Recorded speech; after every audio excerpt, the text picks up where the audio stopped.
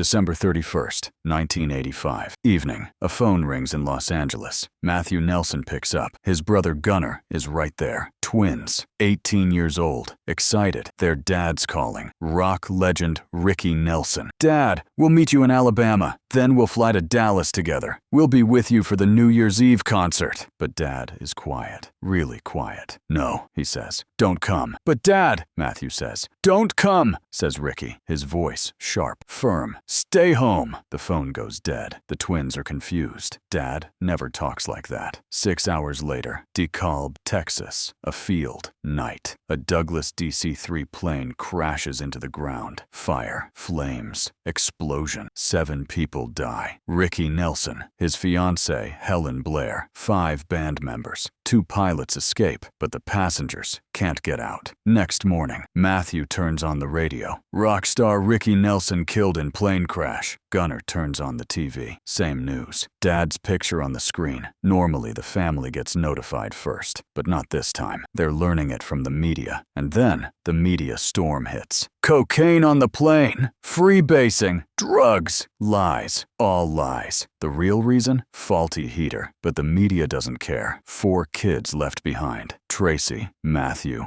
Gunnar, Sam. The oldest is 22. The youngest is 11. And their dad died $4 million in debt. This is the story of Ricky Nelson's children. 1 phone call saved lives. Cancer struck 3 times. The musical legacy lives on. Gunnar Nelson, learning from TV. Gunnar and Matthew are twins, but they learned differently that night. Matthew from the radio, Gunnar from TV, but they both experienced the same shock. December 31st, 1985. They're 18. A few hours earlier, they talked to Dad. "Don't come," he said. They stayed home. Now, Dad's picture on TV. Ricky Nelson is dead. Gunnar's world collapses. Then the media. "Cocaine! Drugs on the plane!" Gunnar is angry. Dad lived clean his whole life. Now they're trashing his name. That's the hardest part. Knowing the truth, but nobody listening. 1987. 2 years later, January 21st. Rock and Roll Hall of Fame. Ricky Nelson gets inducted 2 years after his death, along with Carl Perkins and Roy Orbison. John Fogerty gives the speech. From Creedence, Clearwater Revival. "Rick Nelson wasn't just my musical inspiration," he says. "He was my personal role model. He stayed classy and human despite great success. His commitment to rock and roll. He made some of the greatest rockabilly records of all time." Tracy, Matthew, and Gunnar come on stage, read tributes to their father. Gunnar is crying. Dad couldn't see this, but his legacy lives on. 1990. Nelson's first album, huge success. MTV era, long hair, power pop. Same time as Motley Crue, Poison, Rat, but they're different. Harmony, melody. And Mom still doesn't support them. "You're gonna fail," she said. 10 years later, they have a #1 hit. She never said, "I was wrong." Today, Gunnar works with Matthew. 30-year career. Pop, folk, country, experimental rock. And every year, tribute concerts to their dad. Dad's greatest happiness was making others happy, Gunnar says. "We're fighting for his legacy. Still, every day." Matthew Nelson, learning from the radio. September 20th, 1967. Twins are born. Matthew and Gunnar. Ricky and Kristen's 3rd and 4th children. The twins love music. When they're little, Dad goes on stage. They watch. "We're gonna be musicians too," they say. But Mom doesn't support them. Kristen is angry. "You remind me of him," she says. "Music is a terrible business. It's gonna take you down." 1985. The twins graduate high school. Mom writes each of them a letter. "You're delusional. You'll never be successful." But Matthew and Gunnar don't give up. December. Dad calls. "I'm doing a New Year's Eve concert in Dallas. Meet me in Alabama. You'll fly on the DC-3 for the first time. We'll spend New Year's together in Dallas."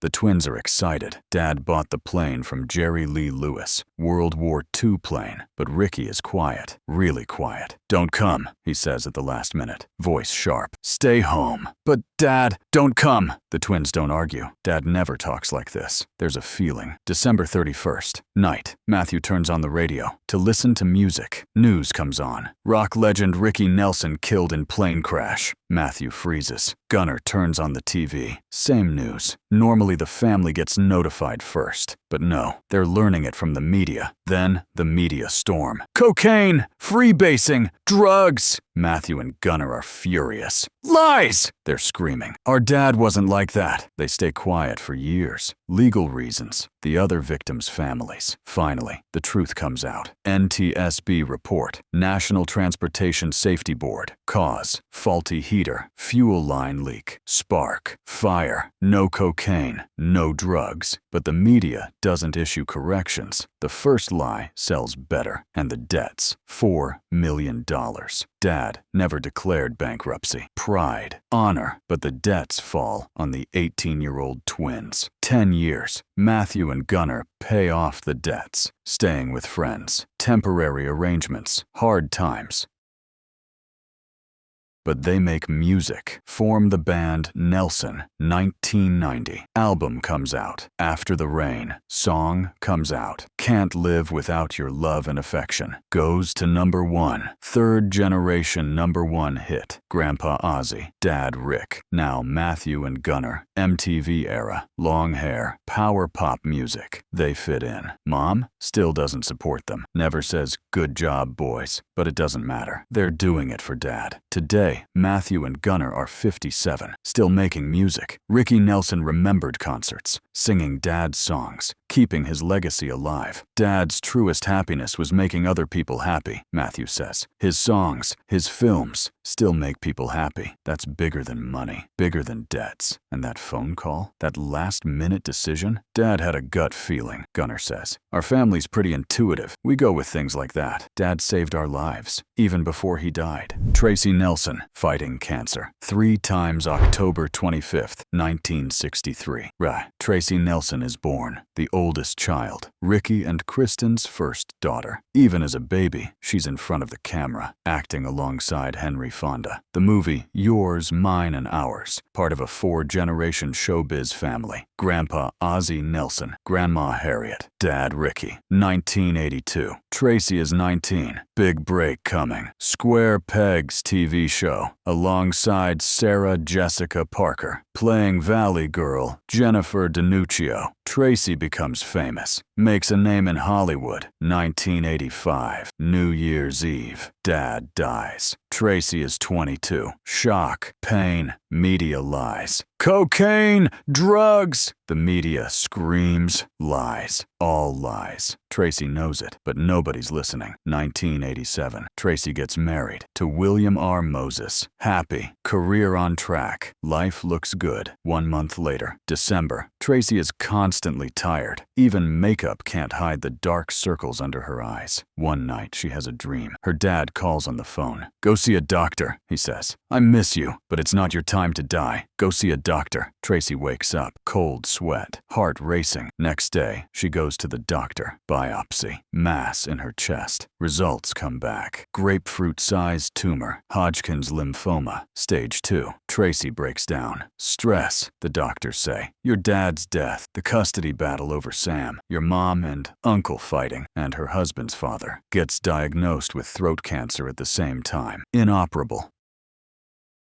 Tracy goes through a 7-hour surgery. Cedars-Sinai Hospital, Los Angeles. Spleen, part of the liver, lymph nodes, all removed. Then, chemotherapy. Hair falls out. Weight drops to 87 pounds. But Tracy keeps working. Takes a role on Father Dowling Mysteries. Sister Stephanie Oskowski. 6 months later, cancer goes into remission. Tracy gets pregnant. She was afraid she'd be sterile. But no. August 11th, 1992. Remington Elizabeth is born. 7 pounds 11 ounces. 1 week later, Tracy starts hemorrhaging from her uterus. Panic. Am I gonna die? Won't I see my daughter grow up? Doctors stop the bleeding. Tracy survives, but the effects of radiation continue. 2005, thyroid cancer. 2010, breast cancer. Double mastectomy. Complete reconstruction. Tracy fought cancer 3 times. Won 3 times. Today, she's 61. Cancer research advocate, spokesperson for the Lymphoma Research Foundation of America, received the Lifesaver Award, received the Jill Ireland Award, and her dad still protecting her in her dreams, in her heart. Go see a doctor, he said, saved her life 2 years after his death. Sam Nelson, the lost child, 1974. Sam Nelson is born, the youngest child, Ricky and Kristen's 4th kid. When he turns 11, his life changes. December 31st, 1985. His dad dies in a plane crash. Sam learns about it on TV, but Sam isn't even living with his dad. Why? Mom, Kristen Harmon, alcoholic, unstable, angry. 1982. Divorce. A bitter, years-long divorce. Kristen wins custody, but she can't take care of the kids. Sam goes to live with his uncle, Tom and Elise Harmon. Tracy is 17. She moves in with Dad. The twins, Matthew and Gunnar, sneak out to visit their father. Mom won't let them. 1985. The plane crash. Kristen's brother, Mark Harmon, famous actor, wants custody of Sam. Lawsuit. In the media, on TV, in the papers. Finally,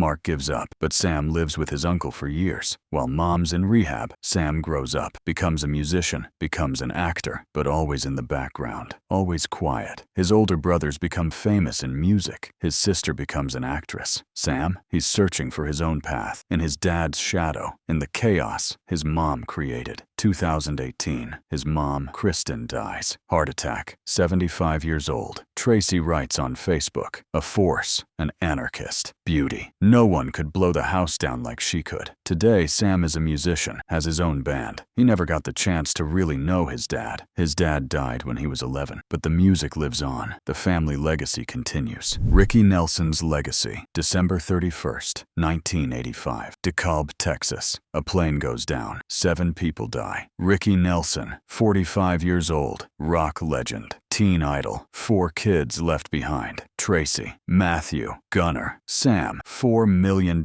in debt. Media lies. Cocaine, drugs, truth, faulty heater, but one phone call. Last-minute decision. Don't come, Ricky said to Matthew and Gunnar. Saved the twins before he died. Tracy fought cancer 3 times, won 3 times. Dad came to her in a dream. Go see a doctor. Saved her life. Matthew and Gunnar made music. #1 hit. 3rd generation #1. Grandpa, Dad, grandsons. Paid off the debts for 10 years. It was a matter of honor, they said. Today, they keep Dad's legacy alive. Ricky Nelson remembered concerts. Sam found his own path. Musician, quiet, but there. Ricky Nelson died, but his music lives on. In his children, in his grandchildren, in his fans. And that final phone call, a father's instinct, intuition, love, saved his children before he died. And 40 years later, he's still protecting them in his music, in his legacy, in their memories. Ricky Nelson lives on.